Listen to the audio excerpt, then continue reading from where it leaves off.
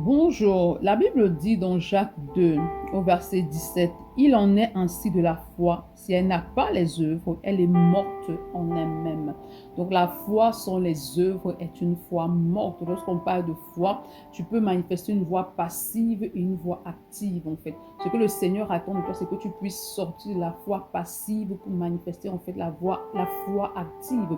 Parce que la foi active en fait te met en mouvement. La foi en elle-même en fait te pousse à demeurer en mouvement en fait. Parce que lorsque tu reçois quelque chose, lorsque tu crois que Dieu va faire quelque chose, alors tu dois te comporter comme si tu avais déjà vu cette chose se manifester, même si tu ne l'as pas vu. C'est ce qu'on appelle une foi active. Donc lorsque tu reçois une prophétie de Dieu, une promesse de Dieu, lorsque tu reçois une parole qui te vient de Dieu et que tu te tiens cette parole-là par la foi, tu dois te comporter. Parce que la Bible dit que lorsque tu pries, en fait, tu dois avoir l'assurance que tu as reçu en fait l'exaucement à ta prière. Donc tu dois te comporter conformément à l'exaucement que tu as reçu, même si tu n'as pas encore vu cet exaucement-là. C'est ça, manifester une foi vivante, une foi en fait qui produit les œuvres. Tu dois manifester les œuvres de la foi et donc pas une foi qui est laxiste et qui est passive. C'est pourquoi ce matin, demande au Saint-Esprit de t'accorder la grâce de manifester les œuvres de la foi. Demande de t'aider en tout temps, de vivre à chaque fois comme si tu avais reçu l'exaucement de ta prière.